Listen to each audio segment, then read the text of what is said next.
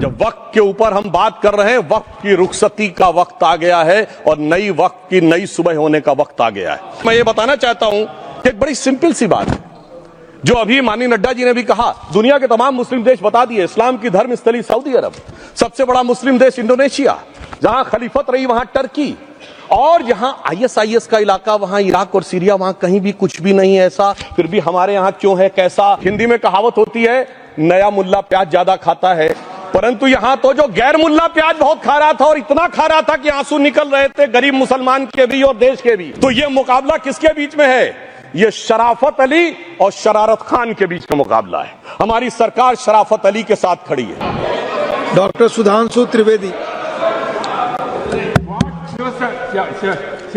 Please, you have finished your speech. What you are asking about, I want to... Please, no cross talk. I've already... Please, no cross talk. No cross talk. Please, no cross talk.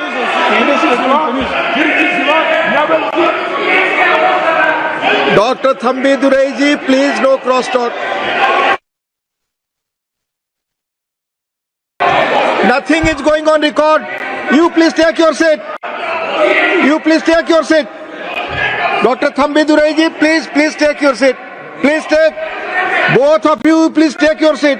Don't speak like this. Please. Dr. Sudhanshu Trivedi ji, please. आप बोले।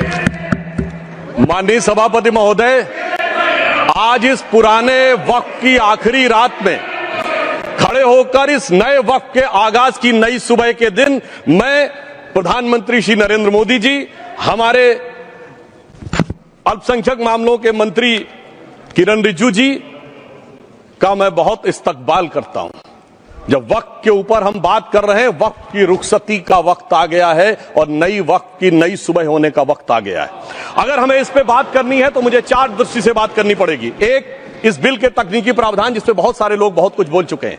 दूसरा है वक्फ की अवधारणा, तीसरी है वक्फ की राजनीति, और चौथा है वक्फ की राजनीति के नाम पर होने वाली वह सांप्रदायिक बनाम सेकुलर की राजनीति।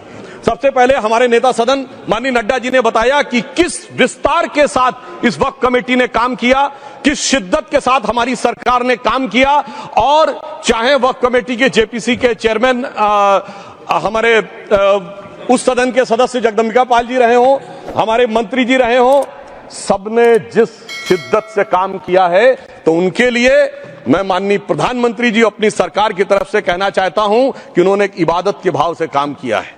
तो मैं कहना चाहता हूं, इबादतों की तरह मैं ये काम करता हूं, अपने फर्ज को झुककर सलाम करता हूं। फिर भी आप खिलाफत कर रहे हैं, तो तेरी मुखालफत से निखरती है शख्सियत मेरी। मैं सियासी दुश्मनों का भी बहुत एहतराम करता हूं। तो इस एहतराम के साथ मैं अब आगे का प्याम शुरू करता हूं, और मैं ये बताना चाहता हूं कि एक बड़ी सिंपल सी बात है जो अभी माननीय नड्डा जी ने भी कहा। दुनिया के तमाम मुस्लिम देश बता दिए, इस्लाम की धर्म स्थली सऊदी अरब, सबसे बड़ा मुस्लिम देश इंडोनेशिया, जहां खलीफत रही वहां टर्की, और जहां ISIS का इलाका, वहां इराक और सीरिया, वहां कहीं भी कुछ भी नहीं है ऐसा। फिर भी हमारे यहां क्यों है कैसा? तो मैं कहना चाहूंगा सभापति महोदय, एक हिंदी में कहावत होती है, नया मुल्ला प्याज ज्यादा खाता है, परंतु यहां तो जो गैर मुल्ला प्याज बहुत खा रहा था, और इतना खा रहा था कि आंसू निकल रहे थे गरीब मुसलमान के भी और देश के भी। इसलिए मैं कहना चाहता हूं सभापति महोदय, अगर छोड़ दीजिए भारत की बात करिए, तो क्या ऐसी कोई शक्ति सिखों के पास है, ईसाइयों के पास है, यहूदियों के पास है, पारसियों के पास है? नहीं है। छोड़ दीजिए, इस्लाम के अंदर आइए। अगर इतना भाईचारा है तो ये सुन्नी वक्फ बोर्ड और शिया वक्फ बोर्ड अलग क्यों है मेरे भाई? जमीन पे एक दूसरे पे एतबार नहीं है, सिर्फ सियासत के लिए साथ में आने की बात है। ये भी जरा सोचने की बात है। और जो अकलियतों में भी अकलियत है, आगा खानी है, बाकी है, जो बोहरा है, उनकी तो कोई गिनती नहीं है। हमारी सरकार ने पहली बार मुस्लिम समाज के अंदर भी ईमानदारी से सबको समान प्रतिनिधित्व देते हुए एक नई सुबह के नए वक्त का आगाज किया है। इसके लिए मैं सरकार को बधाई देना चाहता हूं। और सिर्फ ऐसा ही नहीं है, मुस्लिम समाज के अनेक लोग इस प्रकार के नियमों से बहुत प्रभावित हुए और बहुत प्रताड़ित हुए, जिसके अनेक उदाहरण बहुत लोगों ने बताए होंगे। मोहम्मडन एजुकेशन सोसाइटी कोल्हापुर का केस है, ईदगाह मैदान हुबली का केस है, जिस पर सुप्रीम कोर्ट ने साफ साफ उसको हुबली धारवाड़ म्युनिसिपल कॉर्पोरेशन को वापस कर दिया। अनीसा अयाशा वर्सेस तमिलनाडु वक्फ बोर्ड का केस है, तेलंगाना स्टेट वर्सेस मोहम्मद मुजफ्फर का केस है, हिमाचल प्रदेश वक्फ बोर्ड वर्सेस ख्वाजा खलीलुल्लाह का केस है, और सभापति महोदय ताजमहल पर भी दावा कर दिया गया। अब तो मैं पूछना चाहता हूं, और सुप्रीम कोर्ट ने अपने जजमेंट में कहा कि भाई शाहजहां के जमाने का लिखा फरमान लेके आइए, तब हम मानेंगे कि इस पे कोई दावा है या नहीं। आप सोचिए कि अगर ये वक्त का कानून इसी ढंग से चला होता तो क्या होता। अभी हमारे जॉन ब्रिटास जी और मनोज झा जी ने बहुत सारी बातें बोली थी, एक प्यास की बात बोली थी, उन्होंने उड़ीसा के ग्राहम स्टोन्स का जिक्र किया था, तो उसमें तो कांग्रेस की सरकार सीबीआई की इंक्वायरी नहीं कर पाई थी। मगर जब ताजमहल का उल्लेख आता है सभापति महोदय, तो एक प्यास मुझे याद आ जाती है। जब शाहजहां जेल में था और दूर से उस ताजमहल को देखता था और उसे सिर्फ एक सुराही पानी मिलता था, और उसने औरंगजेब से कहा एक सुराही पानी और भिजवा दो, तो जानते उसने मना कर दिया। तो दुखी होकर शाहजहां ने फारसी में लिखा, ए पिसर तू अजम मुसलमानी, जे पिदरे जिंदा आप तरसानी, आफरीन हिंदुआन सदबार, जे देहंद पिदरावा मुर्दा देवम आप। मतलब तू कैसा मुसलमान है जो जिंदा बाप को पानी के लिए तरसा रहा है, तुझसे तो आफरीन 100 बार उन हिंदुओं को है जो पितृपक्ष में मरे हुए बाप को भी पानी देते हैं। और सभापति महोदय, मैं बताना चाहता हूं कि ये हमने ईमानदारी से मुस्लिम समाज के कल्याण के लिए बात की है, क्योंकि एक तरफ खड़ा हुआ है ईमानदार मुसलमान जो शराफत के साथ ईमान को गले से लगाए हुए हैं, और दूसरी तरफ कुछ चंद सरमाएदार हैं जो उस अमानत में खयानत करके शरारत के साथ उसके झंडा बरदार बनना चाहते हैं। तो ये मुकाबला किसके बीच में है? ये शराफत अली और शरारत खान के बीच का मुकाबला है। हमारी सरकार शराफत अली के साथ खड़ी है, हमारी गरीब मुस्लिम के साथ खड़ी है। ये गरीबों गुर्बत वाले गुर्बत अली और सरमाएदारे वाले गाजी खान के बीच का इलाका है।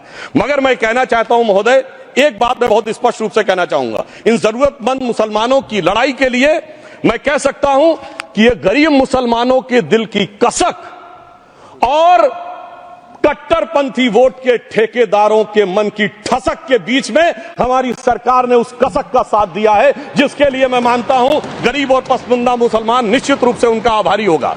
हां, मगर जब इसकी बात आती तो भी माननीय खड़गे जी भी बोल रहे थे, माननीय संजय सिंह जी भी बोल रहे थे, मनोज झा जी भी बोल रहे थे कि साहब आपके यहां वो कितने पुजारी हैं और कितने किस वर्ग के पुजारी हैं। तो मैं उनको बताना चाहता हूं, केवल अकेले जूना अखाड़े ने पिछले साल 71 SC ST लोगों को महामंडलेश्वर बनाया है। अरे आपको हमारे सदन में बैठे हुए बाल योगी उमेश नाथ जी नहीं दिखते? वैसे तो कहा जाता है जात ना पूछो साधु की, मगर मैं बताना चाहता हूं विश्व हिंदू परिषद के 50,000 से अधिक पुजारी ट्राइबल्स में जो शेड्यूल कास्ट है जो काम कर रहे हैं। मगर मैं हद अदब से पूछना चाहता हूं, बताइए मुल्ला मौलवी मुफ्ती मुकर्रम बारी हाफिज में से कितने पसमंदा हैं?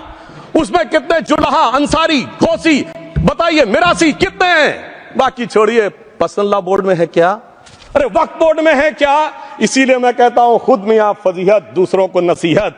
अगर ईमानदारी से बात करनी है तो उस पर आगे। मगर मैं एक बात और कहना चाहूंगा कि हमारी जो सरकार ने नाम दिया है, इसको उम्मीद नाम दिया है, और ये उम्मीद है किसके लिए? उस ईमानदार मुसलमान के लिए और देश के हर खास व आम के लिए ये उम्मीद है। मगर सभापति महोदय, कुछ लोग वो हैं जो उम्मा का ख्वाब पाले हुए थे। उम्मा शायद हमारे बहुत से लोग समझते हो ना समझते हो, पूरी एक एंटायर जो इस्लामिक खलीफत और राज होता है उसको उम्मा कहते हैं। उम्मीद वालों को तो उम्मीद की नई रोशनी दिख रही है, उम्मा वालों की उम्मीद पे पानी फिर रहा है। तो ये उम्मीद और उम्मा के बीच का भी मामला है। परंतु मैं ये भी कहना चाहूंगा सभापति महोदय, इसके बाद सिर्फ ऐसा ही नहीं था, प्रॉपर्टीज के ऊपर तमाम सरकारी प्रॉपर्टीज पे जिसमें बहुत डिटेल में हमारे साथी लोग गए, मैं डिटेल में नहीं जाना चाहता। भोपाल का विषय है, हैदराबाद का विषय है, मुंबई का है, लखनऊ का है, पटना का है, बहुत प्रकार से है। माननीय लालू प्रसाद यादव जी का विषय जब बताया गया था तो बहुत ज्यादा हमारे मनोज झा जी बोल रहे थे, तो अब मैं उसके डिटेल में नहीं जाना चाहता हूं। सबने वो वीडियो देखा है, बस एक लाइन में उनके लिए कहना चाहूंगा, वो कुछ भी बोल रहे हैं, जिसे कहते हैं बिगड़ी बात बने नहीं, लाख करो किनकोए, रहीमन बिगड़े दूध को मथे न माखन होए। अब जो बोलना था वो बोल चुके, सबके सामने वो आ चुका। अब एक बात और है, दूसरे धर्म स्थलों के बारे में विषय आता है, तो मैं याद दिलाना चाहता हूं केरला के कैथोलिक चर्च ने 31 मार्च 2025 को जो लिखा, सिर्फ उसकी लास्ट की 2 लाइन बोलना चाहता हूं। We request the central government to get the amendment bill passed as early as possible so that the tears of thousands of suffering people in the place like Munambam can be wiped out only by a legal amendment that can provide a permanent solution to their suffering. We urge all the MPs from opposition party to support the bill so that the historic legislation can become unanimous. मगर सभापति महोदय, ये अल्पसंख्यकों की बात करने वाले जब अल्पसंख्यक की बात आती तराजू पे तौलते हैं, किसका वेट ज्यादा है, किसकी धमक ज्यादा है, किसकी खनक ज्यादा है, फिर तय करते हैं कि माइनॉरिटी के साथ आना है, किस माइनॉरिटी के साथ नहीं आना है। और मैं एक और बात कहना चाहता हूं, तमिलनाडु के तिरुचेरी मंदिर की बात आई, यमुनानगर में गुरुद्वारे की बात आई, केरल में क्रिश्चियन कम्युनिटी की जमीन की बात आई।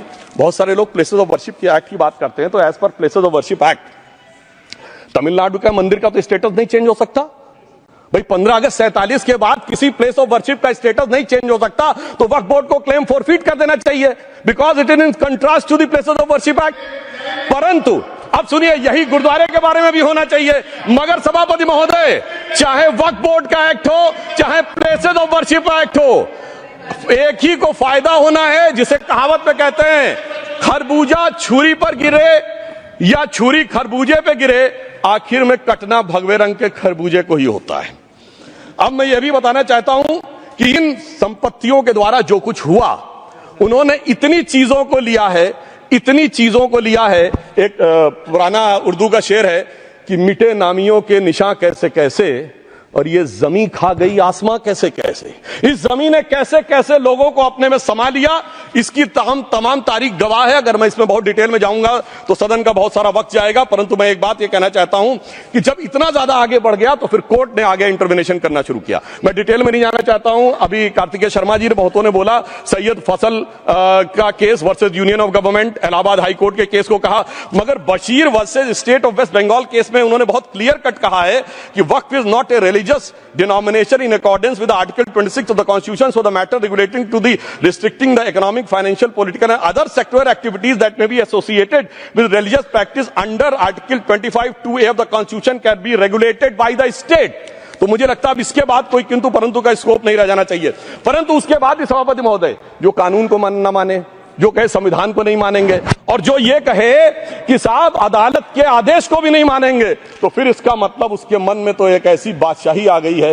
इसके लिए मुझे सभापति महोदय, वो पुरानी वाली फिल्म अगर लोगों को याद हो तो मुगले आजम का वो सीन याद आता है कि जब अकबर ने अनारकली को कैद कर लिया तो सलीम कहता है, जब्त मैं करूं जिसकी की जमीन वीरान हो गई है, जब्त वो न करे जिनके सिर्फ शौक के बाद चाहत को ठेस पहुंची है। ये जिल्ले इलाही की बादशाही नहीं बल्कि खुदाई है। मैं कहना चाहता हूं, जो संविधान को न माने, कानून का न माने, इसका मतलब वो अपनी खुदाई में जी रहा है। तो ये वो लोग हैं। और वैसे मैं सभापति महोदय, खुदाई से आजकल बहुत से लोगों को डर लगता है, क्योंकि जहां जहां खुदा है वहां वहां भगवान है, जहां जहां खुदा है वहां वहां भगवान है। बाकी आप सब बहुत बुद्धिमान हैं। अब मैं ये भी बात कहना चाहता हूं, और वैसे आखिर में उस अनारकली को कैद से छुड़ाने के लिए सलीम का एक हिंदू साथी दुर्जन सिंह ही आया था। मैं कह सकता हूं कि वक्फ की इस मुकद्दस जमीन को अगर कैद करके रखा है तो उन चंद लोगों ने, जिनके दिमाग आज भी उन चीजों में भरे हुए हैं कि कोई समझता हम तो किसी जमाने में हुक्मराने वक्त थे, कोई कहता हुजूर नवाब थे, कोई कहता बादशाह आलमगीर थे, कोई कहता है बादशाह गाजी जिंदा पीर थे। तो नदीमुल हक साहब ने जो बोला था ना, किसी के बाप का हिंदुस्तान थोड़ी है, बिल्कुल मैं कहना चाहता हूं, जिन्होंने इस देश के लिए खून बहाया उनके बाप का हिंदुस्तान है, उस गरीब मुस्लिम कारीगर के बाप का हिंदुस्तान है। पर जो ये कहते हैं कि आगरे का लाल किला किसके बाप ने बनवाया, आगरे का किला किसके बाप ने बनवाया, दिल्ली का किला किसके बाप ने बनवाया, हैदराबाद का चार मीनार किसके बाप ने बनवाया, उसके बाप का यह हिंदुस्तान नहीं है। और उसके बाद भी जो आप करना चाहते हैं, अगर इस रास्ते में आप कांटे बिछाना चाहते हैं, तो उनके लिए एक लाइन कहना चाहता हूं सभापति महोदय, तेरी तमन्ना है पर हम खार न बोने देंगे, खार कांटों को कहते हैं, तेरी तमन्ना है पर हम खार न बोने देंगे, तुझे हम राह की दीवार न होने देंगे, तू सबको रौंद कर आगे जो निकलना चाहे हम तेरी इतनी भी रफ्तार न होने देंगे। और इसीलिए हमारी सरकार ने इस विषय के ऊपर एक सही और सटीक प्रयोग करने का प्रयास किया है। मैं दूसरी बात यह भी बताना चाहता हूं, हमारे डीएमके के तिरुचि शिवाजी ने अनायास अकारण यह बात बोली थी कि उस समय जब जिन्ना का उल्लेख करते हुए उन्होंने कहा कि पार्टीशन के समय, तो मैं उनके सुलभ संज्ञान के लिए बता देता हूं, 1946 की कॉन्स्टिट्यूएंट असेंबली में मद्रास प्रेसिडेंसी में 30 आउट ऑफ 30 सीट जो थी वो मुस्लिम लीग ने जीती थी विद 95% ऑफ वोट्स, और एक भी मुस्लिम वहां के बाद बाहर नहीं गया। इसलिए मैं ईमानदारी से कहना चाहता हूं, फैक्ट को समझिए। और जो मद्रास प्रेसिडेंसी के मुस्लिम लीग के अध्यक्ष थे और पीजे पोकर साहब बहादुर और मोहम्मद इस्माइल, वही बाद में इंडियन यूनियन मुस्लिम लीग के अध्यक्ष बने और उन्होंने 28 अगस्त 1947 को सेपरेट स्टेट मांगे। जो कोई जाके कॉन्स्टिट्यूएंट असेंबली की डिबेट में पार्लियामेंट किया, आप वेबसाइट पे पेज नंबर 270 पे जाके पढ़ लीजिएगा। सरदार पटेल ने बड़े गुस्से में इस बात को कहा, अब जो हो गया सो हो गया, एक रात में दिल नहीं बदल गया, मगर अब देश के लिए कैसे आगे बढ़ना है उसके लिए ईमानदारी से आगे आओ। और खैर मैं अंबेडकर जी और पटेल जी के बहुत सारे वो कोट कर सकता हूं, सारी बातों को छोड़िए, मगर अफसोस की बात यह है सर कि अभी मनोज झा जी ने बोला था हम में से कोई शक है, कोई हूण है और ये करिए। अरे भैया जमाने चले गए, अब जेनेटिक सीक्वेंसिंग का जमाना आ गया है। और जेनेटिक सीक्वेंसिंग ने क्या प्रूव किया है? दुनिया के सबसे बड़े मुस्लिम देश इंडोनेशिया के राष्ट्रपति आए थे और राष्ट्रपति भवन में उन्होंने डिनर के दौरान कहा कि few weeks back I got my genetic sequencing done and I was told that I am an Indian GDN. अरे साहब कहां गुलामी की मानसिकता में पड़े हुए हैं सभापति महोदय। और यहां गुलामी की मानसिकता इस कदर पैबस्त है लोगों के दिमागों में। किसी सदन के एक सदस्य यहां विराजमान है, वो उस समय महाराणा सांगा का उल्लेख कर दिए। मैं ईमानदारी से कहता हूं एक भी इंडियन सोर्स में इसका उल्लेख नहीं है, सारे के सारे फॉरेनर्स और लुटेरों के सोर्स में उल्लेख है। इसीलिए मैं कहता हूं ये गुलामी के जिन्होंने गुलाम बनाया उनके सोर्सेस पे यकीन न करिए। और वैसे थोड़ा सा आउट ऑफ कॉन्टेक्स्ट हो तो ये भी बोल दूं, हमारे सदन के बहुत सदस्यों को नहीं पता होगा, अलेक्जेंडर के आक्रमण का किसी भारतीय सोर्स में कोई उल्लेख नहीं है, पोरस नाम के किसी राजा का उल्लेख नहीं है, सिर्फ और सिर्फ ग्रीक में है। इसलिए गुलामी की मानसिकता से बाहर निकलिए, तब इन चीजों को आप सही ढंग से समझने में सफल होंगे। मेरा अब यह भी अनुरोध अपने सदस्यों के साथ है। वक्त की अवधारणा के बारे में बहुत कुछ बोला जा चुका है कि ये ओरिजिनली कहां से आया, पर मैं इतना कहना चाहूंगा, सबसे पहले वक्त का उल्लेख आता है जब ससनिड एम्पायर को खलीफा उमर ने कैप्चर किया, तो आज का जो सदर्न इराक है उसके इलाके को उन्होंने वक्फ डिक्लेयर किया और वो स्टेट के द्वारा कंट्रोल होता था। स्टेट के बारे में माननीय नड्डा जी ने अभी बताया कि बड़े बड़े देशों में किस ढंग से होता था। सर सैयद अहमद खान ने भी वक्फ को मूल इस्लाम का हिस्सा न मानते हुए इसके लिए मुजार शब्द कहा है जो शरिया के अंतर्गत आता है, और इसी के लिए उन्होंने फतवा आलमगीरी को भी कोट किया था। और इसीलिए 1894 की जो प्रिवी काउंसिल का जजमेंट जो आया था वो वक्फ अल औलाद के खिलाफ आया था। मगर सभापति महोदय 1906 में कलकत्ता कांग्रेस अधिवेशन में कांग्रेस ने प्रस्ताव पारित किया कि प्रिवी काउंसिल के जजमेंट में कुछ गलती है, इसे बदलना चाहिए, क्योंकि 1904 में जिन्ना कांग्रेस को ज्वाइन कर चुके थे। इसलिए मैं कहना चाहता हूं फिर 1913 में वो जजमेंट बदला गया। हमारे सदन के बहुत से सदस्यों ने इस सदन और दूसरे सदन में बोला है, मैं एक सेंटेंस बोलता हूं लगेगा जैसे वही लोग बोल रहे हैं। वर्ड ये है, कोट है, since the bill was introduced to administer the Muslim law for Musalman so the question of public policy does not arise. लगता है जैसे हमारे कुछ सदस्यों में बोल रहा हूं। सर ये मोहम्मद अली जिन्ना ने अप्रैल 1913 में ही is used this word while moving the report of the select committee to the imperial legislative council. Sir 1913 से 2013 तक भाषा ही नहीं बदली और आज भी भाषा नहीं बदल रही है। हमें ईमानदारी से, और उस समय यूपी और बंगाल ने उसका विरोध किया था, आज यूपी और बंगाल के लोग किस तरीके से साथ में है वो पूरी तरीके से दिखाई पड़ता है। इसलिए हम ये कहना चाहते हैं, हाँ एक प्रश्न बहुत उठाया जाता है कि केवल मुस्लिम ही वक्फ को क्यों दान दे सकता, ऐसा वक्फ बोर्ड में क्यों संशोधन किया गया। मैं ईमानदारी से कहना चाहता हूं, ऐसा नहीं कि मैं इस्लामिक मामलों का बहुत बड़ा आलिम फाजिल जानकार हूं, मगर इस्लाम में बहुत साफ मान्यता है कि जो गैर मुस्लिम है उसकी इबादत अल्लाह कबूल नहीं कर सकते, उसकी दुआ कबूल नहीं होगी तो दान कैसे कबूल होगा। साहब हम इस्लामिक भावना का सम्मान कर रहे हैं। हमारे अल्पसंख्यक मंत्री गए थे तो वो मदीना में एक डेफिनेट लेवल तक जा सकते, उसके आगे नहीं जा सकते। अगर इबादत की इजाजत नहीं है तो साहब जायदाद की इजाजत कैसे हो सकती है। मुस्लिम भावना का सम्मान है, और अगर है तो कोई मुल्ला मौलवी मुफ्ती मुकर्रम बारी आज आके बता दे कि कबूल हो सकती है दुआ, तो हम दान भी कबूल करने के लिए तैयार हैं। और तो और छोड़िए साहब, जब आप कहते हैं कि हर चीज हलाल होनी चाहिए, तो साहब हलाल करने की प्रक्रिया नहीं, हलाल करने वाला भी मुस्लिम होना चाहिए, तब वो हलाल होता था।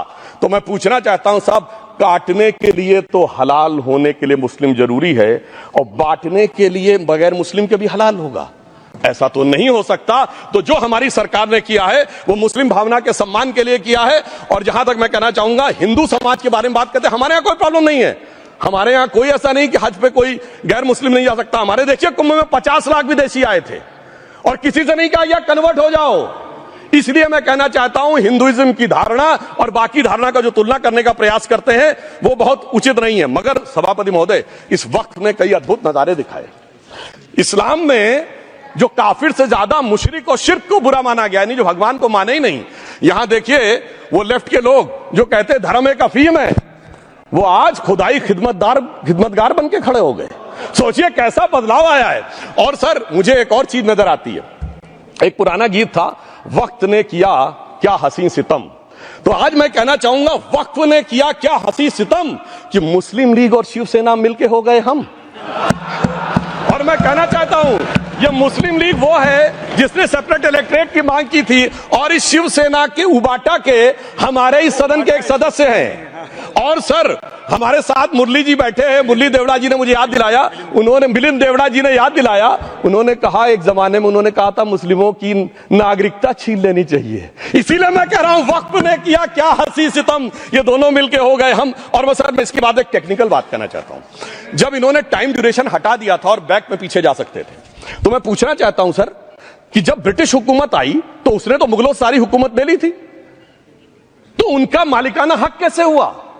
सर 1707 के बाद तो इस्लामी हुकूमत दिल्ली से खत्म हो गई थी। एक आखिरी मुगल बादशाह शाह आलम के लिए तो बोला जाता था सल्तनते शाह आलम दे लाल किले ते पालम, यानी आज का IGI एयरपोर्ट। तो साहब उसके बाद ये गुजरात के सूरत से लेकर लखनऊ तक उनका मालिकाना हक निकलने कहां से लगा? अरे भाई जब दिल्ली को कैप्चर किया था अंग्रेजों ने तो सारी जमीन अंग्रेजों की थी। तो जब मैं अपने कांग्रेस के मित्रों से पूछना चाहता हूं, ये जब गवर्नमेंट ऑफ इंडिया एक्ट में पावर डीड ट्रांसफर की थी तो पढ़े नहीं थे क्या, या खोखले कागज पर साइन कर लिए थे, या कागज सही था आप खोखला करने की बात है? मैं पूछना चाहता हूं, जब 250 साल तक वो हुकूमत ही नहीं रही तो उस हुकूमत के फरमान की लेजिटिमेसी कैसे हो सकती है? ये मैं कानूनविदों के लिए भी एक फूड फॉर थॉट रखने की बात करता हूं। और दूसरी बात मैं कहना चाहता हूं, ये किन हुकूमतों की बात कर रहे हैं सभापति महोदय? अगर सूरत नगर निगम पे दावा है मुगल के जमाने का और तमिलनाडु के मंदिर पर अरकाट के नवाब का, सभापति महोदय ये वो हुकूमतें थी जो जजिया लगाती थी, ये वो हुकूमतें थी जो जिम्मी का कॉन्सेप्ट रखती थी, ये वो हुकूमतें थी जो गाजी की बात करती थी। क्या भारत के संविधान में उन हुकूमतों के फरमान को सही मान्यता देना सही है? बिल्कुल गलत है। मैं कहता हूं बाबा साहब अंबेडकर के संविधान में यदि आप ऐसी हुकूमतों के फरमान को रखने की कोशिश करते हैं तो this is fraud on constitution. और हमारी सरकार ने अगर बैकडेट से वो बंद किया है तो उस फ्रॉड को रोकने की पूरी व्यवस्था की है। और यहां पर मैं ये भी कहना चाहता हूं सभापति महोदय, जमींदारी उन्मूलन 1948 में हो गया, मगर ये बाद में जमींदार कैसे क्रिएट हो गए? हमने बचपन में विनोबा भावे, हम लोग के जन्म से बहुत पहले की बात है, विनोबा भावे जी के भूदान आंदोलन की बात सुनी थी, जिसमें जमींदारों से पैसा लेके जमीन लेके गरीबों को दी जाती थी। तो सभापति महोदय कभी आपने सुना कि गरीबों की जमीन जमींदारों को मिल जाए? वो 2013 के बोर्ड ने वो व्यवस्था कर रखी थी, यानी वो भूदान आंदोलन था गांधी जी के शिष्य विनोबा जी का। तो आज के गांधियों के नेतृत्व में भू हड़प आंदोलन शुरू हो गया। अगर वो भूदान आंदोलन था तो ये भू हड़प आंदोलन था। इसलिए मैं एक और बात भी कहना चाहूंगा सभापति महोदय कि जिन हुकूमतों के फरमान की बात की जाती है, एक और फैक्ट है, इसको कोई अन्यथा न ले, जितने मुस्लिम बादशाह अलाउद्दीन खिलजी के बाद उन्होंने बगदाद की खलीफा का खुतबा पढ़ा है, that is a foreign rule, it's on record. कैसे उसको भारत सरकार मान्यता दे सकती है? इसलिए मैं कहना चाहता हूं जरा सा गौर से देखेंगे तो हकीकत आपके सामने आ जाएगी। और क्या कभी किसी ने कल्पना की, किसी क्रिश्चियन ने तो नहीं कहा कि इंडिया गेट हमारा है, गेटवे ऑफ इंडिया हमारा है, और चर्च नहीं सही फिर भी चर्च गेट हमारा है? तो फिर यह केवल किसी एक के दिमाग में क्यों आती है? हमने जो इवैक्यू एक्ट के तहत दे दिया था पाकिस्तान के गए लोगों को, क्या हमारे जो सिख और हिंदू भाई आए थे उनकी जमीनें मिली? अरे महाराजा रणजीत सिंह की राजधानी लाहौर थी और काबुल तक था राज, तो क्या उन्होंने जमीनें नहीं दान दी होगी गुरुद्वारे और मंदिरों को? वो मिली? अरे वो तो छोड़िए, ननकाना साहब और करतारपुर साहब तक नहीं मिला था। इससे दिखाई पड़ता है कि कितनी एक तरफा हम लोगों ने कोई निगोशिएट ही नहीं किया और उसे करने की बात कही थी। इसलिए मैं कह सकता हूं सर, अब हमारी सरकार ने जो संशोधन किए हैं, अब यह मजहबी हुकूमत के फरमान से नहीं, बाबा साहब अंबेडकर के संविधान से चलने वाला है। अब मैं अंत में उस विषय के ऊपर आता हूं जिसे सांप्रदायिक राजनीति बनाम सेकुलर राजनीति इसके ऊपर कहा जाता है। सभापति महोदय मैं बताना चाहता हूं कि जब आजादी मिली उसके बाद क्या किसी ने डिमांड किया था कि हमें वक्फ बोर्ड चाहिए? नहीं किया था। फिर क्यों 54 में दिया गया? किसी मुस्लिम ने डिमांड किया क्या कि मदरसे चाहिए? फिर क्यों दिया गया? मुस्लिम समाज तो राष्ट्र की मुख्य धारा में आने को तैयार था, इसीलिए यूसुफ खान, दिलीप कुमार के नाम से आने में उन्हें कोई प्रॉब्लम नहीं थी। महजबीन बानो को मीना कुमारी के रूप में आने में प्रॉब्लम नहीं थी। मुमताज बेगम को मधुबाला बन के आने में प्रॉब्लम नहीं थी।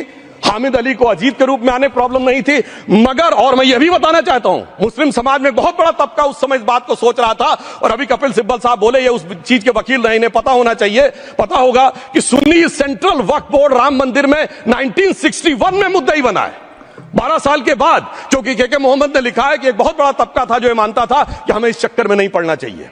मगर अफसोस कि वही लेफ्टिस्टों सेक्युलरिस्टों ने उनको समझाकर इस मुकाम तक लाकर खड़ा कर लिया।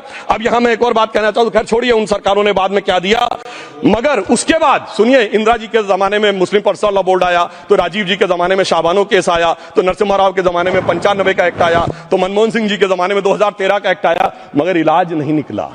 तो इसे एक शेर में कहूंगा कि मरीजे सेकुलर इश्क पर लानत खुदा की, मर्ज बढ़ता गया जो जो दवा की।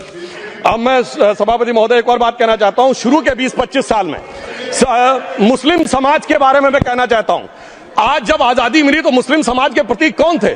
उस्ताद बिस्मिल्लाह खां, उस्ताद फरीदुद्दीन डागर, उस्ताद बड़े गुलाम अली, उस्ताद जाकिर हुसैन जिनकी अभी कुछ दिन पहले डेथ हुई, बड़े बड़े नगमा निगार हसरत जयपुरी, मजरूर सुल्तानपुरी, साहिर लुधियानवी, कैफी आजमी, जोश मलियाबादी, जिगर मुरादाबादी।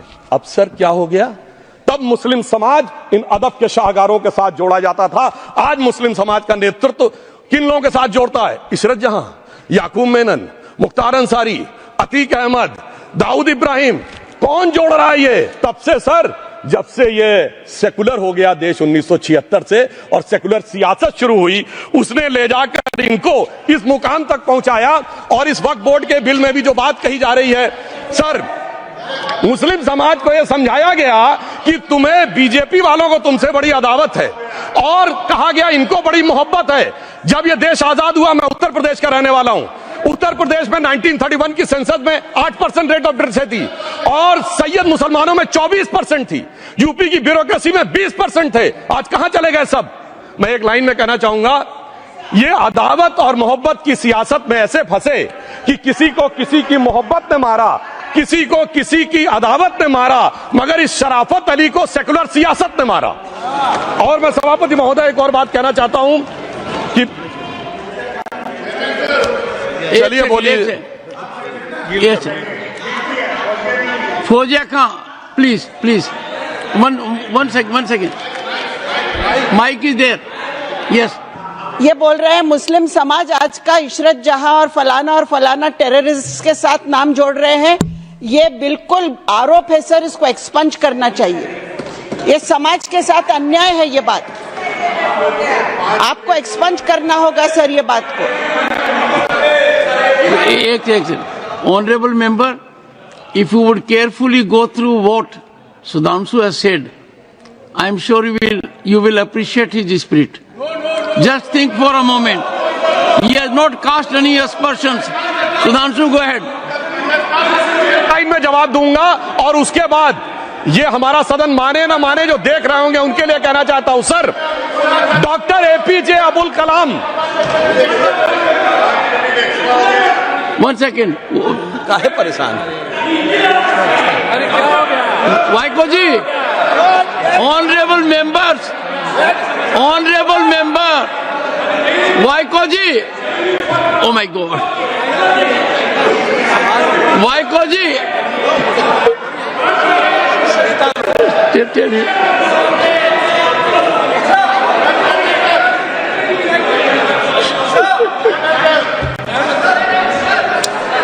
ऑनरेबल एसएम को जी हिंदी समझ रहे हैं।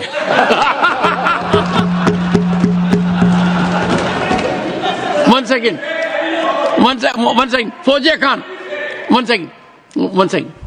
First, I think, one second. Sir क्या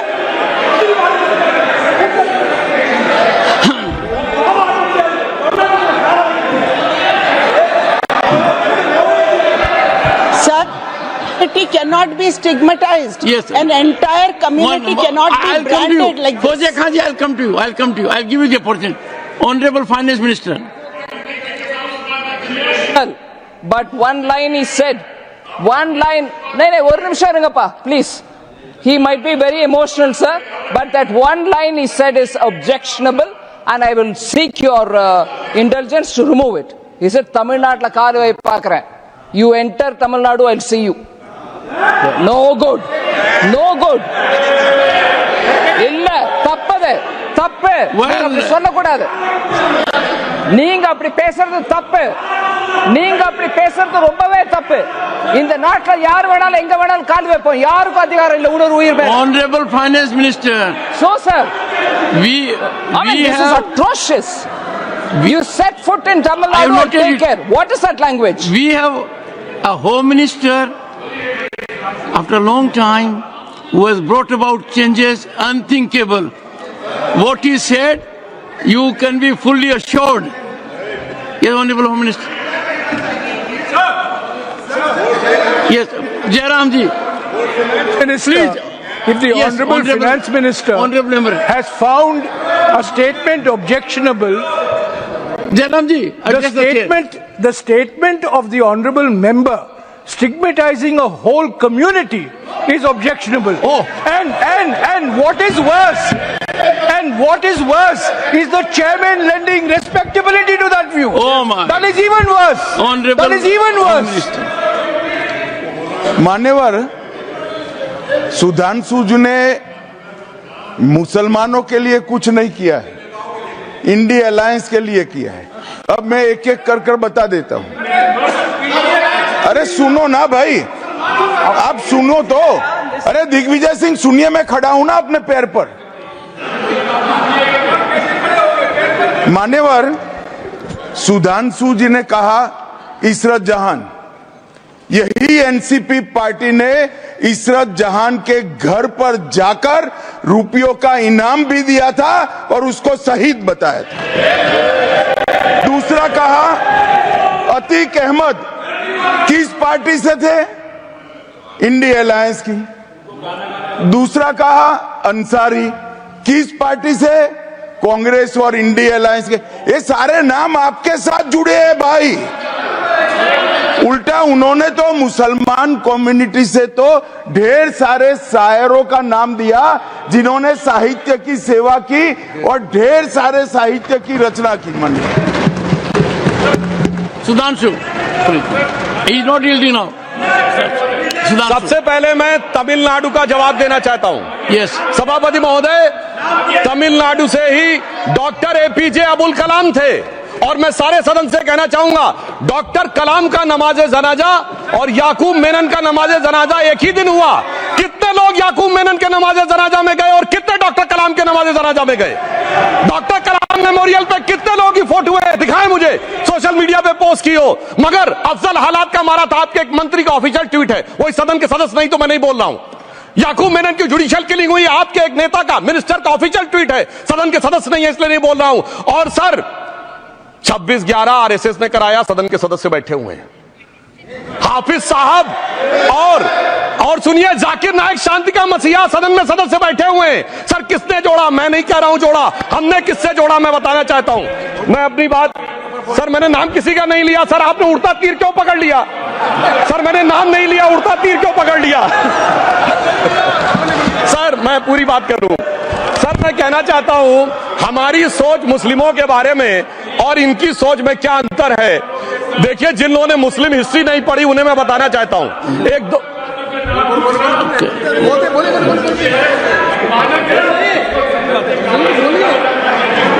सभापति महोदय, मैं थोड़ा उन लोगों को इस्लामिक हिस्ट्री के बारे में बताना चाहता हूं. Honorable Digvijay Singh, please. No, I'll give a chance. I'll give. Honorable Digvijay Singh ji. माननीय सभापति महोदय, जो माननीय सदस्य ने बात कही है, मैं सुन रहा था डॉक्टर त्रिवेदी जी की बात. उन्होंने कहा था ऐसे ऐसे ऐसे मुसलमान हम लोगों के साथ हैं और वैसे वैसे मुसलमान इन लोगों के साथ हैं. बात यह है कि आपने जिस तरह से इस पूरी बात कही है, ये घोर आपत्तिजनक है, अपमानित करती है. और जो माननीय सदस्य ने भी मेरे बारे में भी कहा है, मैं उनकी निंदा करता हूं. Honorable Home Minister. Honorable Home Minister. Honorable Home Minister. एक second. Okay. One second, your mic will be on. जी महोदय, मुझे ये सब कहने की जरूरत नहीं है, लेकिन जो गुजरात में दंगे और फसाद हुए, कौन कौन उसके लिए जिम्मेदार थे, बताइए।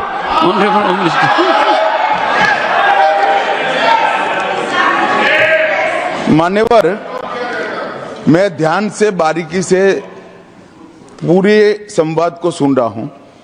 माननीय सदस्य सुधांशु जी ने दिग्विजय सिंह का नाम नहीं दिया। अब वो खड़े होकर कहे मेरे बारे में कहा, इससे साबित हो गए। और अभी भी मौका है, अभी भी मौका है। आपने नहीं कहा है कि 26/11 के हमले में आरएसएस का हाथ था, तो अभी खड़े होकर माइक चालू कराकर बुलवा दीजिए। माननीय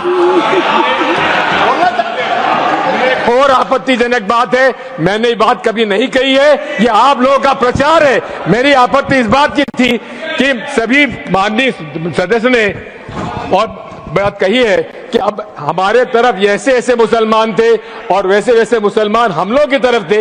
ये पूरे समाज के साथ, पूरे अल्पसंख्यक समाज के साथ अपमानजनक बात है। और माननीय सभापति महोदय, आप बताइए, माननीय गृह मंत्री जी, आप वहां पर जब गृह मंत्री थे, जब दंगे हुए थे, तो आप लोगों का क्या रोल था, ये जन जाहिर Honorable Minister. मान्यवर, इनको मेरा हुआ ऐसा है कि मैं ही दिखाई पड़ता हूं। आपकी सुनिए, अब सुनिए ना, दिग्विजय सिंह सुनिए, 1 मिनट सुनिए। दंगे शांत होने के बाद 18 महीने के बाद मैं गृह मंत्री बना। दंगा हुआ तब मैं गृह मंत्री नहीं था। सुधांशु त्रिवेदी। संदर्भ में किसी का नाम नहीं लिया। अजीज बर्नी की किताब थी 2611 एंड आरएसएस कॉन्स्पिरेसी, कोई जाके चेक कर ले उसमें कौन कौन कहां था। अब मैं मुसलमानों के बारे में कहना चाहता हूं, मुस्लिम समाज के लिए। बहुत से लोग ऐसे हैं जिनको मुस्लिम समाज की हिस्ट्री नहीं पता है। मैं बताना चाहता हूं, भारत से जब न्यूमेरिक सिस्टम सबसे पहले गया तो अल जहार थे सबसे पहले, जिन्होंने जाके 1793 में जो सूर्य सिद्धांत था उसका अरबी में ट्रांसलेशन हुआ सिंध हिंद। और हम बता रहे हैं हम किस तरह के मुस्लिम को साथ रखते हैं। डॉक्टर कलाम से बड़ा आलम इस्लाम में साइंसदान नहीं हुआ, और आरिफ मोहम्मद खान साहब जो बिहार के गवर्नर हैं, उनसे बड़ा आलिम फाजिल मुसलमान आज सियासी जमात में तो नहीं होगा, ये मैं दावे के साथ कह सकता हूं। मगर मैं बताना चाहता हूं सर, उसके बाद उन्होंने एक किताब लिखी, एक सर 10th सेंचुरी के मुस्लिम राइटर थे जिन्होंने किताब लिखी, उसका नाम था the compendious book of balancing and completion according to Hindu calculation, जिसको शॉर्ट में अल जब्र कहा गया, और वहां से अलजबरा निकला। और सर उसके बाद अल ख्वारिज्म आया। और सर आज मेरे ख्याल से सदन के बहुत से लोगों को नहीं पता होगा, ये जो एल्गोरिथम वर्ड है ये अल ख्वारिज्म से आया हुआ है। एक जमाने में इस्लाम में बैतुल हिकमत था, यानी वो सबसे बड़ा हिकमत का केंद्र था। जब एक से एक लोग होते थे, बहुतों को नहीं पता होगा कि कोलंबस ने जिस नक्शे के थ्रू दुनिया ट्रेवल किया था, वो बनाने वाला भी एक मुस्लिम था, अल इदरीसी। मगर सर एल्गोरिथम आज ऐसा बदला कि एआई के एज में दलगत भावना से ऊपर उठकर औरंगजेब के साथ खड़े हो गए। सर ये एल्गोरिथम किसने बदल दिया, ये मैं बताना चाहता हूं। इस पे थोड़ा सोचने की जरूरत है। इसलिए मैं कहता हूं मुस्लिम पॉलिटिक्स की सोच क्या थी, हमने किन मुसलमानों का साथ दिया है, मैं बताना चाहता हूं सर। वीर अब्दुल हमीद की शहादत की 50वीं वर्षगांठ 2015 में हुई। प्रधानमंत्री मोदी जी ने उनके पूरे परिवार को और उनकी पत्नी को बुला के सम्मानित किया, और इन लोगों ने उस यासीन मलिक को, जिसके ऊपर 3 एयरफोर्स के ऑफिसर्स को हत्या करने का आरोप था, वो प्रधानमंत्री आवास में सर साफ दिखाई पड़ता है कौन किसके साथ खड़ा हुआ है, कौन किस तरह के मुसलमान के साथ खड़ा हुआ है। और सर मैं ये भी कहना चाहता हूं सर, ये पिछले सर अपने में टन पे बोलिए सर, पिछले 30-35 सालों से हुआ खड़ा किया जा रहा है। 1990 में जब राम मंदिर आंदोलन हुआ, कहा गया बीजेपी आएगी उत्तर प्रदेश में खा जाएगी। सर बीजेपी आने के बाद उत्तर प्रदेश में जानते क्या हुआ सर, 22 साल से शिया सुन्नी के बीच में जो दंगे चलते थे और मदे साबा का जुलूस नहीं निकलता था, शिया समुदाय का मदे साबा का जुलूस लखनऊ में हमारी सरकार में निकलना शुरू हुआ। और उसके बाद कहा गया केंद्र में भाजपा आएगी तो खा जाएगी। सर अटल जी की सरकार आई, इतनी शानदार स्थिति रही। उसके बाद कहा गया गुजरात में आएगी तो भाजपा खा जाएगी। सर गुजरात का मुसलमान आज सबसे समृद्ध मुसलमान है, सबसे ज्यादा जकात वहां से आता है। उसके बाद कहा गया मोदी जी की सरकार आएगी तो क्या होगा। सर मोदी जी की सरकार आने के बाद हमारे साथियों ने बताया है अल्पसंख्यक समुदाय के 70% लोग हैं जिनको किसी न किसी एक योजना का लाभ जरूर मिला है। और सर फिर कहा कहा गया सीए आएगा तो नागरिकता छिन जाएगी।